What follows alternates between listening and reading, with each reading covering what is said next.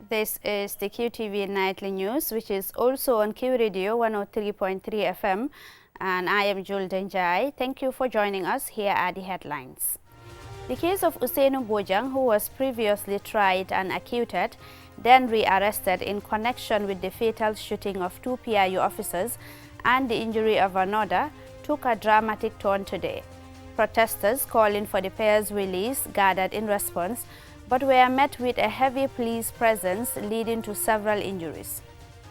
President Barrow has reaffirmed his government's commitment to transforming agriculture through mechanization as he presided over the handing over of modern farming equipment to farmers at a ceremony in Birkama Bar.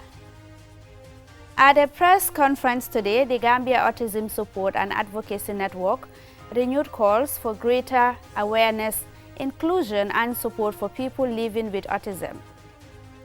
The Gambia Immigration Department held a colorful ceremonial guard parade in Banjul to honor former Directors General and retired officers of the department. And stakeholders gathered on Wednesday for orientation aimed at strengthening tobacco control efforts to protect public health from tobacco industry influence. Now the news in detail.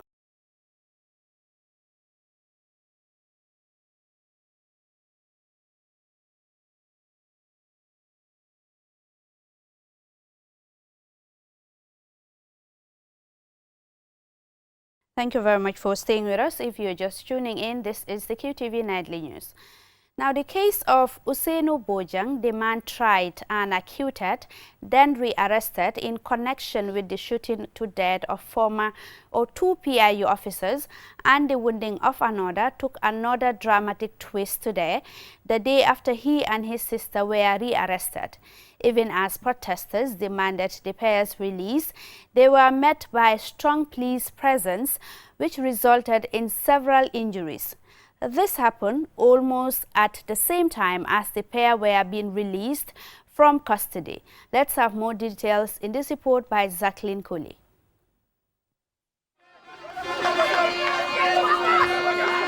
News had come through that Usainu Bojang, the man accused of the shooting, and his sister Ami Bojang, accused of helping him escape, had been rearrested following their acquittal and despite meeting the bail conditions. The pair were seen being rearrested, taken to police headquarters in Banjul and later to Mile 2 Central Prison. Justice for Usainu! Justice for Usainu!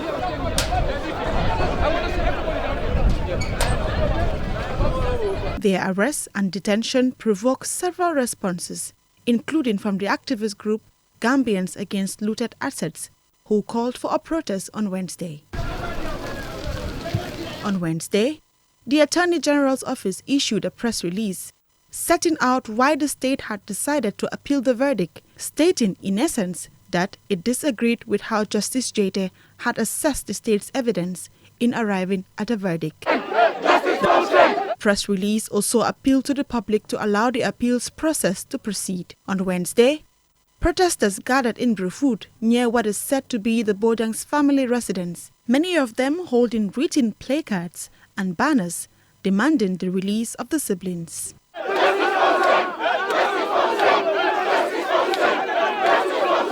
Things quickly escalated as they were met by a strong police presence who fired tear gas to disperse the crowd. Several people were injured, including, it is alleged, a 6-month-old baby who, along with others, was captured on video being taken to Brufut Health Center. Also among the injured was a physically disabled man who, it was alleged, was struck by a rifle butt. Here are Lamin Fati and Ali Sane telling us why they came out to protest.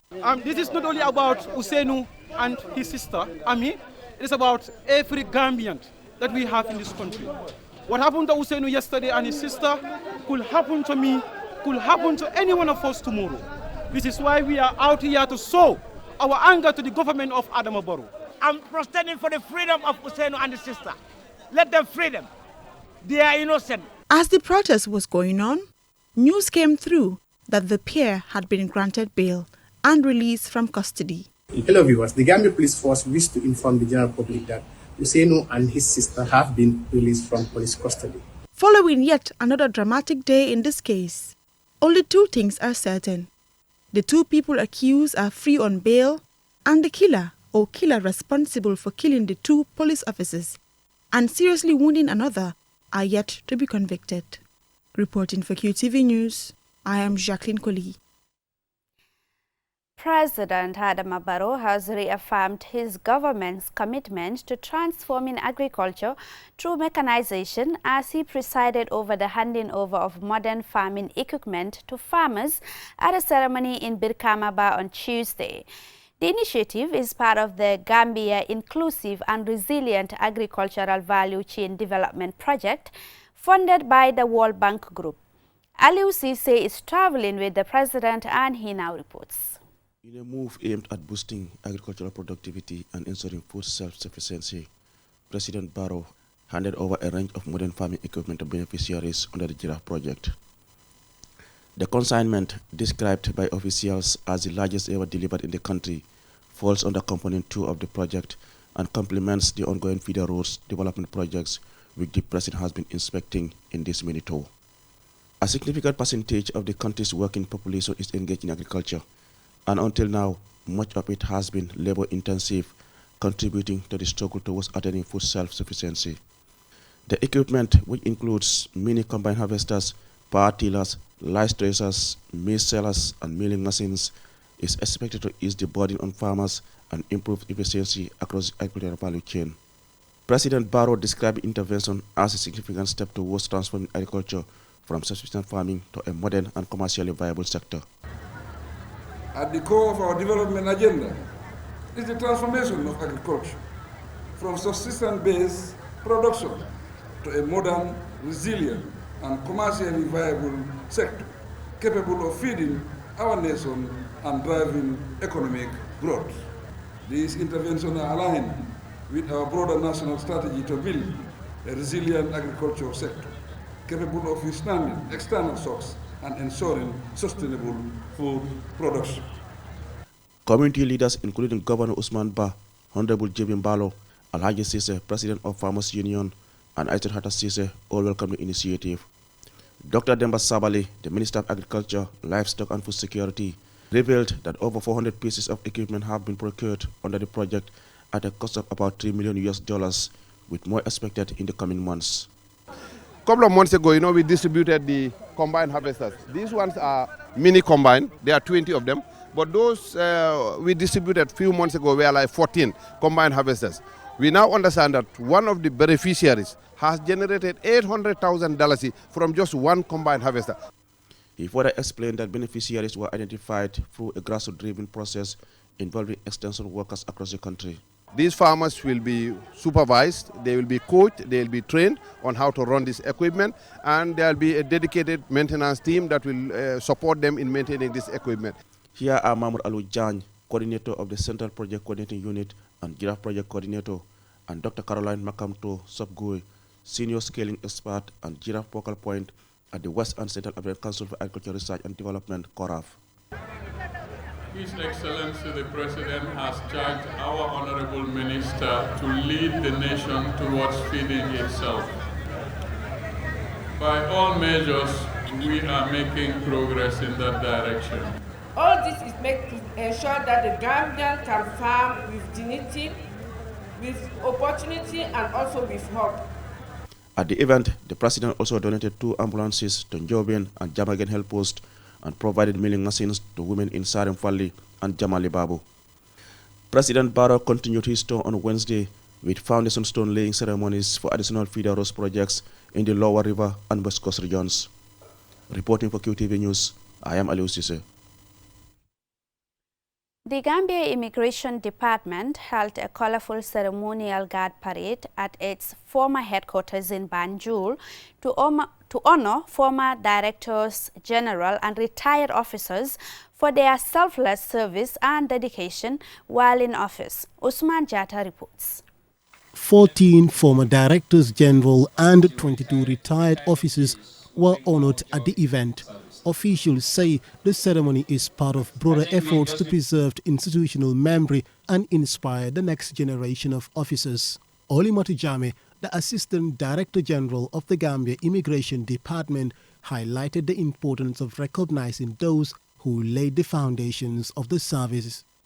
The individuals we honor have dedicated the greater part of their lives to safeguarding our borders, strengthening migration governance, and upholding the sovereignty and the security of our country. Through their leadership, the Immigration Department has evolved into a more professional, resilient, and service-oriented institution.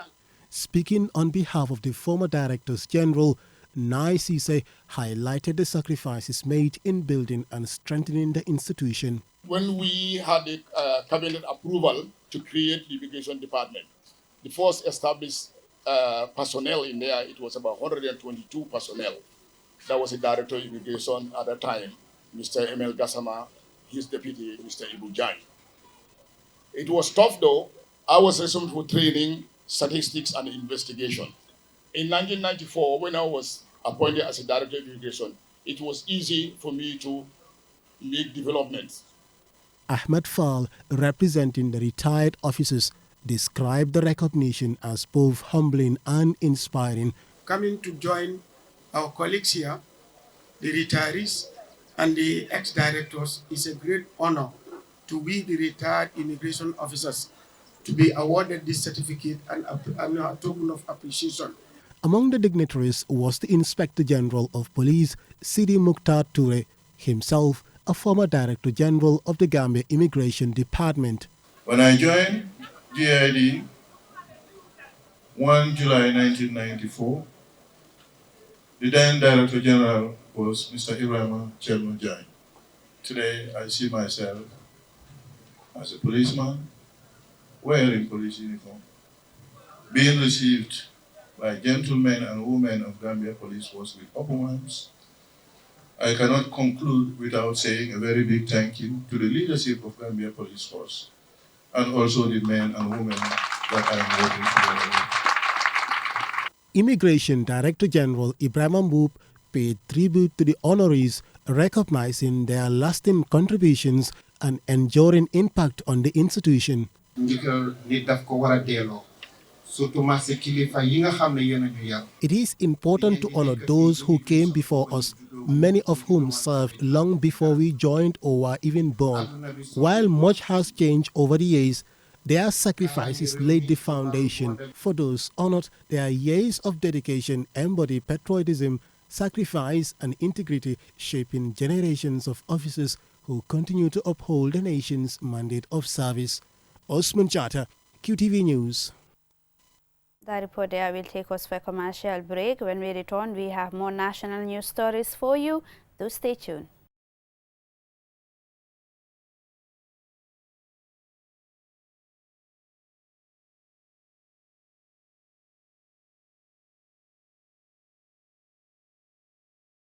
Welcome back, and this is QTV News, and I am Jul Denjai. Now to the rest of our stories.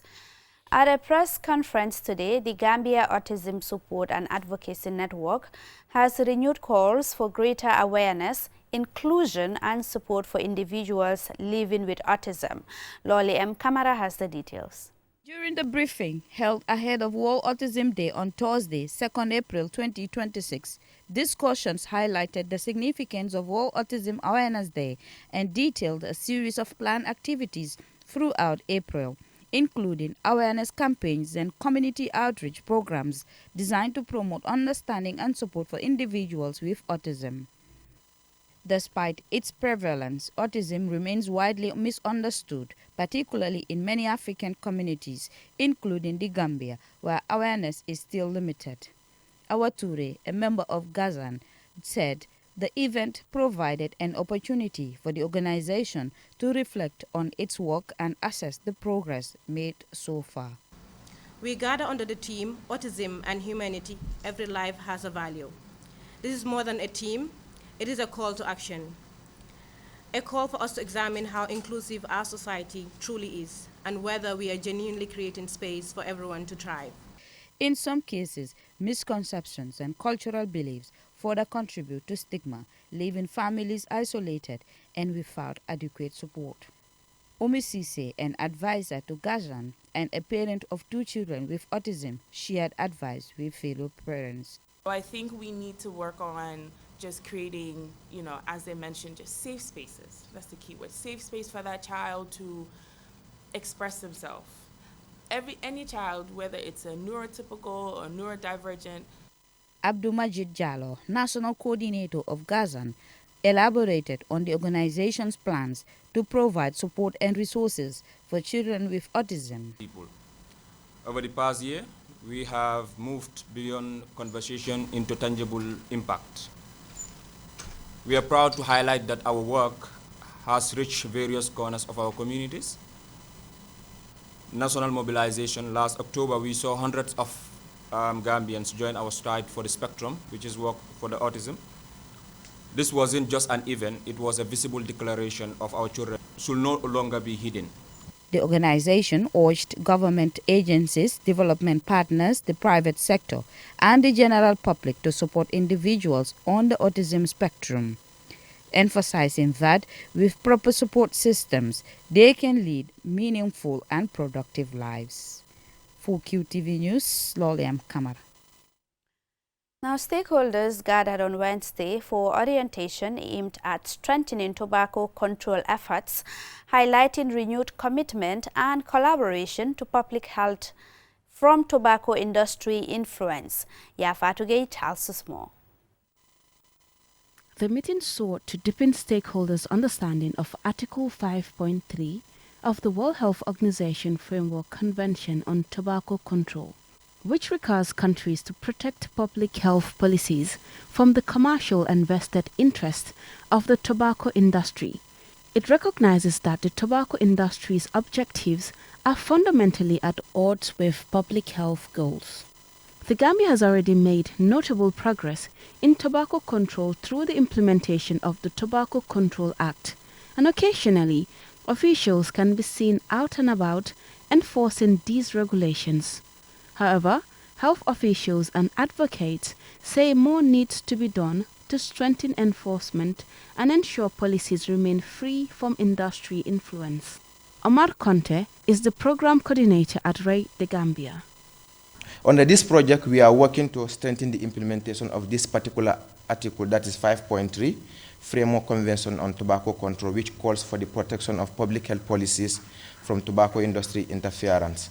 It will also focus on monitoring some of the activities that the tobacco industry is doing in the country, generating evidence and fostering multi-sectoral collaboration in order to strengthen this particular article or particular convention. Representing the World Health Organization office in the Gambia, Dr. Ifani delivered a detailed presentation on the WHO guidelines for implementing Article 5.3.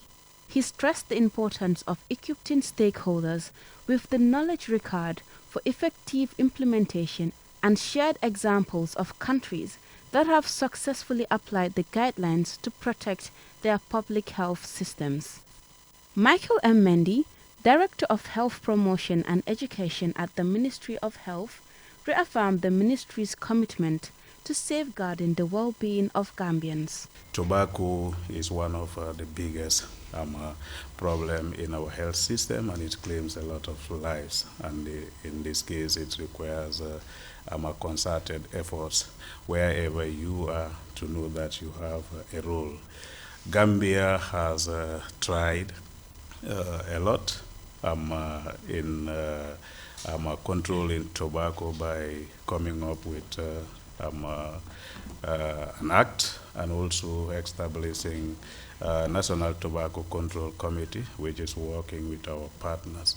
The orientation is a significant step towards reinforcing national efforts to combat tobacco use as stakeholders collaborate to uplift international standards and protect future generations from the dangers of tobacco.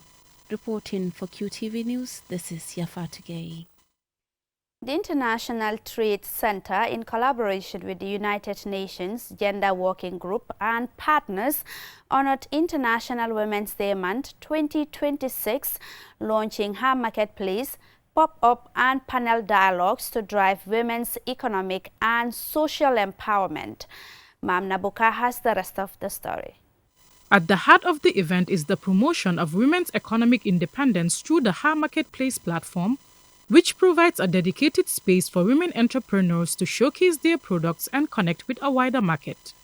Addressing the gathering, Honorable Fatou Kinte, the Minister of Gender, Children and Social Welfare, urged that it is time to actively engage in dismantling barriers that hinder women's growth and potential. As part of the Women Enterprise Fund of the Ministry of Gender, Children and Social Welfare, we have the Women's App. And as we are speaking, we are rolling out the app. From the Women's App, even if the woman is cooking in her kitchen, she can get information about women. There are so many features on health, on gender-based violence, on education, on the lumos, and how women can network and partner with each other in business. At the moment, the app is in 3 languages: English, Wolof, and Mandinka. We are going to blow it up to cover all the languages in the Gambia, and every sector will have a stake in it. Here are Fatoumata Jawara, chairperson of the Women Business Advocacy Group, and Anna Njai, president of the Female Lawyers Association of the Gambia. When a woman has access to markets, finance, skills, and network, she does not only uplift herself, but she uplifts families, societies, and the entire nation. Every woman, regardless of where she lives or what she owns, can stand before the law and say that this is mine and I claim it. That is the Gambia flag intends to build, and we will not stop until it is real. The event also built on ongoing efforts under programs such as the Waka Livelihoods Program and the Joint SDG Fund Program on Food Systems, which aims to enhance resilience, market access, and sustainable livelihoods for women and youth in the Gambia. This was highlighted by the launch of a booklet and video on sustainable practices and women's participation in local food systems in the Gambia. Ramu Sonko is a gender specialist with the Waka project. We hope to build the resilience of women, youth, and persons with disabilities across the stream while safeguarding their dignity, rights, and well-being. For women like Rosalind A. Gomez, an artist, and Mariama Jallo, a fashion entrepreneur, this event is a huge opportunity for visibility. When it comes to art, I think every piece that we create is our voices. So I must say a big thank you to ITC for giving us this opportunity for us to be able to speak our hearts out. It allows us to showcase our products and also to connect with other vendors as well and to do networking too. The event concluded on the note that the path to national development must be paved with the inclusion, protection and empowerment of every Gambian woman. Mam Nabuka, reporting for QTV News. The Kanifing Municipality Scout Executive of the Gambia Scout Association, in partnership with the Gambia Police Force, organized a one-day capacity building training on child protection and sexual and gender-based violence. Here is Yafa Tugay.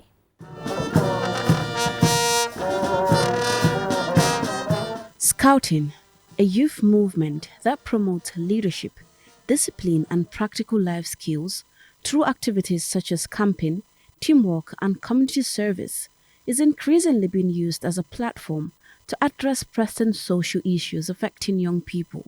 The training aims to equip Scout leaders and youth members with both legal knowledge and practical tools to help prevent and respond to instances of SGBV. Superintendent of Police Mary Sibijata, the officer commanding of the Gender and Child Protection Unit, described the training as both timely and necessary.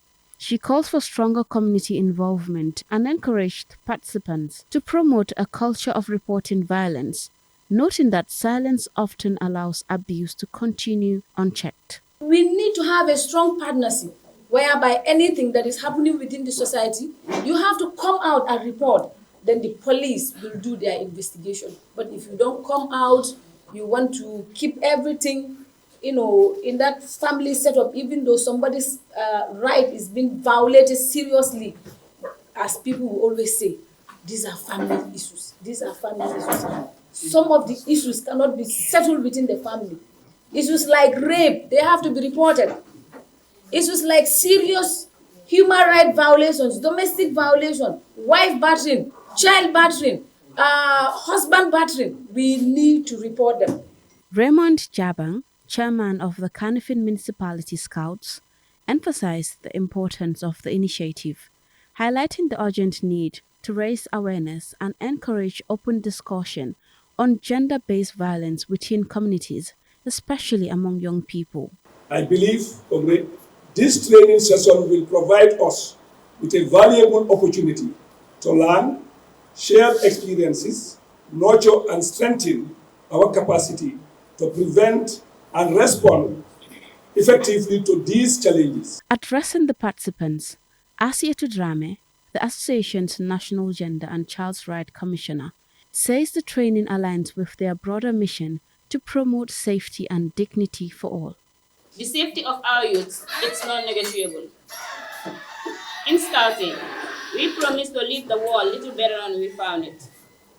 We cannot fulfill that promise if our young people do not feel safe, within our ranks or in our community. Facilitated by experts from the Police Force's Gender and Child Protection Unit, the sessions covered many forms of gender-based violence, including sexual harassment, emotional and psychological abuse, economic violence, and physical abuse. The initiative is a significant step towards protecting children, equipping Scout leaders and youth with the knowledge and skills to prevent abuse, respond effectively, and foster safer communities. Reporting for QTV News, this is Yafati. Well, that is all for this news bulletin. Join us again tomorrow at 8 p.m. for another news bulletin. Thank you for watching and enjoy the rest of our programs.